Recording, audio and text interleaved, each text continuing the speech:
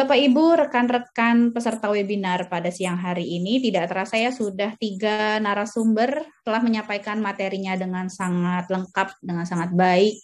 Namun jangan beranjak dulu dari room Zoom, karena tidak lama lagi saya akan membuka sesi diskusi termin 1 untuk Pak Tony Arjuna.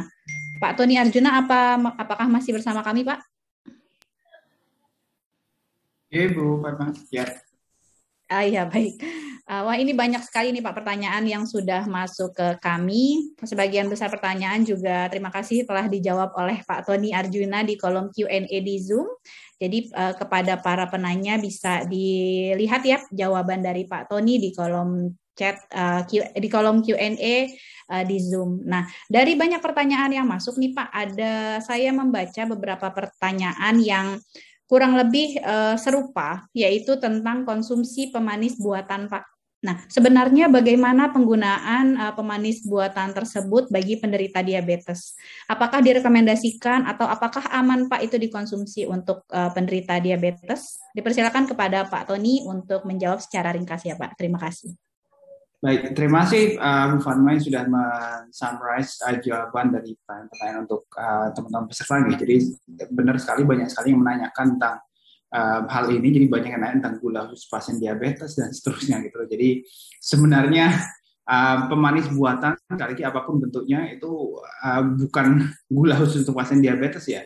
Di dalam penggunaannya sekali lagi dari banyak evidence yang sudah kita lihat sekarang itu penggunaan pemanis buatan itu baik pasien DM maupun non DM itu lebih banyak dampak negatifnya sebenarnya dibanding dengan kemanfaatan yang diharapkan gitu. Mulai dari yang pertama tadi risiko untuk kecepatan terjadinya diabetes itu menjadi lebih cepat kalau menggunakan pemanis buatan, terutama karena tadi nggak dapat gulanya dari minum kopi atau teh, tapi malah dari sumber makanan lain yang kandungan gulanya jauh lebih banyak dibandingkan kopi atau teh yang dihindari, yang diganti gulanya dengan pemanis buatan tadi. Kemudian selain itu jangka panjang juga jenis pemanis buatan tertentu itu di Amerika itu sudah beberapa jenis di ban, misalnya sakarin, siklamat itu karena memang terbukti meningkatkan risiko terjadinya kanker tertentu misalnya. Kemudian kalau di kita belum semuanya, di hampir semuanya masih bisa beredar aspartam dan sejenisnya, tapi di Amerika kenyataannya sebagian itu sudah dikurangi peredarannya karena meningkatkan risiko terjadinya beberapa jenis kanker. Kemudian selain itu yang lebih perlu kita pikirkan adalah bahwa mengkonsumsi pemanis buatan dalam jangka panjang sekali lagi itu juga berdampak buruk sekali terhadap kesehatan dari mikrobiota usus kita. Karena mengkonsumsi pemanis buatan dalam jangka panjang sebagai studi yang sudah dilakukan itu baik itu yang alami yang sifatnya berasal dari daun stevia atau sumber lainnya yang dari tumbuhan alami dibandingkan dengan yang berasal dari pemanis buatan yang misalnya seperti golongan yang alkohol, xylitol, sorbitol, maltitol itu yang model-model sakarin, siklamat itu hampir semuanya memiliki dampak yang sangat negatif terhadap kesehatan mikrobiota usus. Jadi sebagian besar itu mikrobiota usus yang sehat yang tadinya baik-baik saja itu karena konsumsi manis buatan jangka panjang itu banyak yang mengalami kematian. Jadi kalau ingat nonton film Minions itu modelnya jadi kayak gini gitu. Jadi karena terlalu banyak mengkonsumsi pemanis buatan, jadi akhirnya yang tadinya mikrobiota baik itu menjadi mikrobiota jahat yang nggak ideal untuk kesehatan usus kita jangka panjang gitu. Makanya sebaiknya sekali lagi itu lebih baik dilakukan proses penyesuaian bertahap dari konsumsi gula dibandingkan dengan berusaha untuk mengalihkan nggak mengkonsumsi gula tapi ditukar dengan pemanis buatan tadi. Jadi justru jumlah konsumsi gulanya dikurangi step by step sampai dengan pada batas yang ideal untuk dikonsumsi oleh pasien. Mungkin itu jawaban dari saya, Pak Mas. Baik, terima kasih Pak Tony. Jawabannya singkat, padat, jelas, tepat sasaran ya Pak. Jadi lebih baik kita mengurangi konsumsi karbohidratnya secara bertahap dibandingkan kita langsung mengubah, artinya menggunakan pemanis buatan. Ternyata pemanis buatan juga tidak direkomendasikan untuk dikonsumsi terutama dalam jangka panjang ya Pak ya. Oke, baik. Terima kasih untuk pertanyaan terkait pemanis buatan telah dijawab oleh Pak Tony dengan sangat jelas. Semoga dapat memenuhi rasa penasaran dari beberapa penanya yang menanyakan tadi ya Pak. Terima kasih sekali lagi Pak Tony. Baik, rekan-rekan nutrisionis dan dietitian, saya buka termin kedua untuk sesi diskusi dengan Ibu Herlina. Ibu Herlina, apakah masih bersama saya, Bu? Ya, baik ya. Ada pertanyaan dari Mbak Najla Rohadatul Aisyah Putri. Selamat siang, perkenalkan saya Najla, nutrisionis Rumah Sakit Syarif Hidayatullah UIN. Izin saya ingin bertanya kepada Ibu Herlina, berdasarkan penjelasan Ibu bahwa keberhasilan edukasi gizi pada penderita diabetes adalah pada penurunan konsumsi obat diabetik. Apakah pada pasien dengan DM tipe 1 juga bisa terlepas dari suntik insulin, Bu, atau hanya berlaku pada pasien dengan DM tipe 2 saja? Dipersilakan kepada Ibu Herlina untuk menjawab pertanyaan tersebut secara ringkas ya, Bu. Baik, terima kasih rekan Najla Rohdatul ya. Sebenarnya udah dijawab sendiri tadi. Karena memang hanya untuk penurunan obat itu tentu saja hanya berlaku untuk pasien diabetes tipe 2 ya. Kalau tipe 1 tentu saja tidak bisa lepas dari insulin karena pankreasnya memang sudah tidak berfungsi ya. Nah, tetapi kita tetap memberikan edukasi kepada pasien insulin ini, pasien tipe 1 ini, terapi edukasinya sama dengan pasien DM tipe 2, karena justru pasien yang tipe 1 ini paling sering terjadi hipoglikemi dan hiperglikemi itu paling sering justru. Nah, jadi kalau dia pengetahuan gizinya kurang, maka itu akan seringkali terjadi dirawat, bahkan bisa setiap bulan, setengah bulan sekali dirawat pada pasien-pasien yang tipe 1 ini.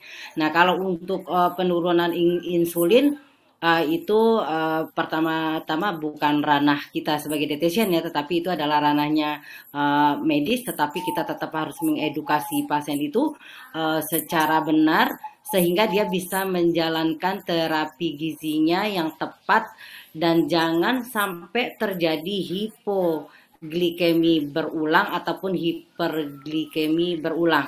Karena saya juga mengalami sekali pasien itu yang masuk dirawat itu dengan masalah yang sama.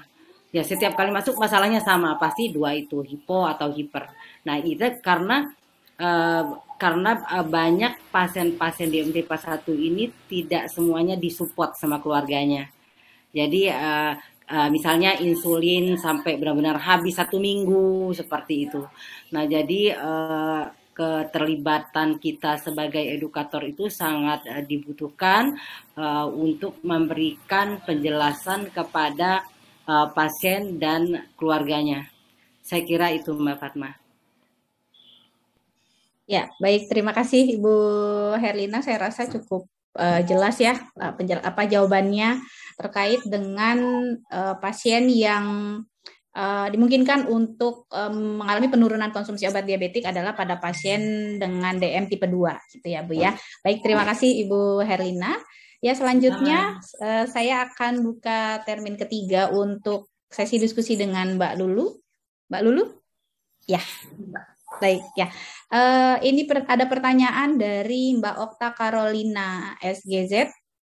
Pertanyaannya adalah, apakah dengan diagnosa TB paru anemia dan DM tipe 2, di mana perlu adanya diet tinggi kalori dan protein tinggi, sementara prinsip diet diabetes itu harus rendah kalori, itu bagaimana ya Mbak?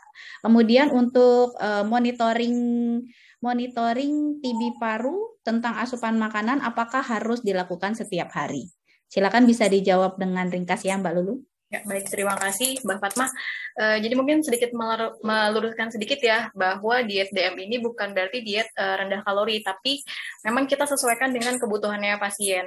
Di Indonesia sendiri kan sudah ada konsensus Perkeni, jadi kita bisa menggunakan perhitungan dari Perkeni dengan segala faktor koreksinya, jadi bisa didapatkan kebutuhan pasien ini berapa. Jadi bukan kalorinya ini yang harus direndahkan, tapi harus disesuaikan dengan kondisi pasiennya. Itu yang pertama. Kemudian yang kedua adalah bagaimana monitoring TB paru dengan tentang asupan makanannya, apakah harus setiap hari. Sebenarnya monitoring ini bisa dilakukan kalau tergantung dengan kondisi pasiennya seperti apa.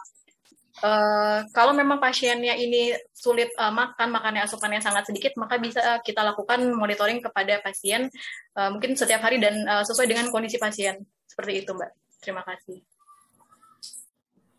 Baik, terima kasih Mbak Lulu untuk jawaban pertanyaan yang tadi ya singkat, padat, tapi langsung tepat sasaran ya. Sangat bermanfaat untuk kami yang bekerja di rumah sakit yang sering kali menemui pasien diabetes dengan komplikasi TB paru. Terima kasih sekali lagi kepada Mbak Lulu. Baik Bapak Ibu, rekan-rekan peserta webinar siang hari ini, tidak terasa seluruh pemaparan materi telah selesai dengan baik, pertanyaan telah dijawab dengan sangat baik oleh narasumber.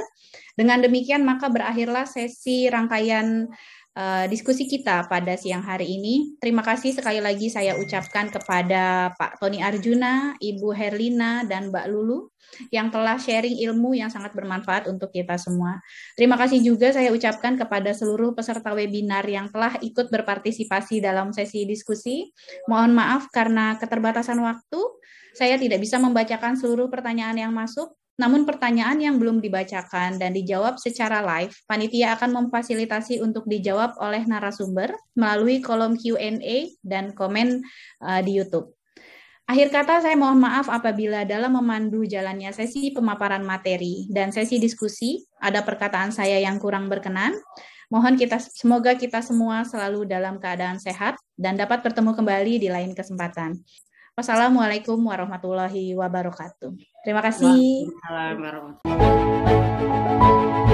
wabarakatuh.